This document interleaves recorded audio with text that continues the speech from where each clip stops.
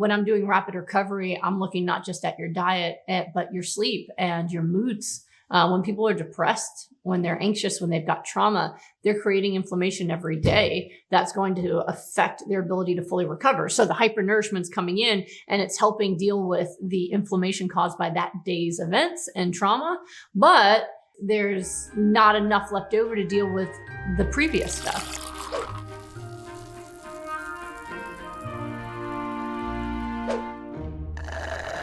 What's the most common mistakes you see people make when trying rapid recovery on their own? Good question, Emma. Let me see.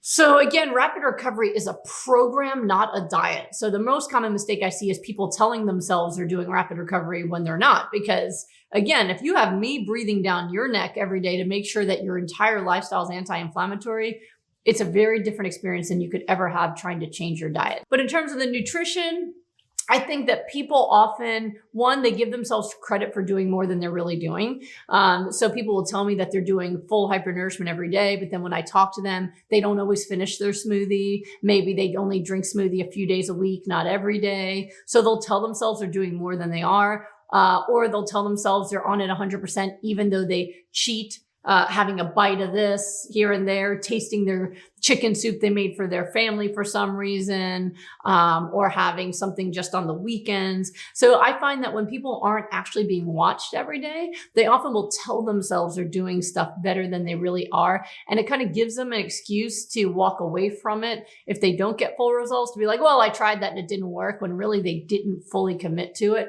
or commit to it for very long. So that's one thing. So that's two things, right? So one, telling themselves that rapid recovery is a diet when it's a lifestyle overhaul. Two, it's overestimating how well they do it when they're not really doing it every day, or they're missing things, or cheating on things. I don't like the word cheating, but you know what I mean. Other things is not paying attention to other aspects of their life.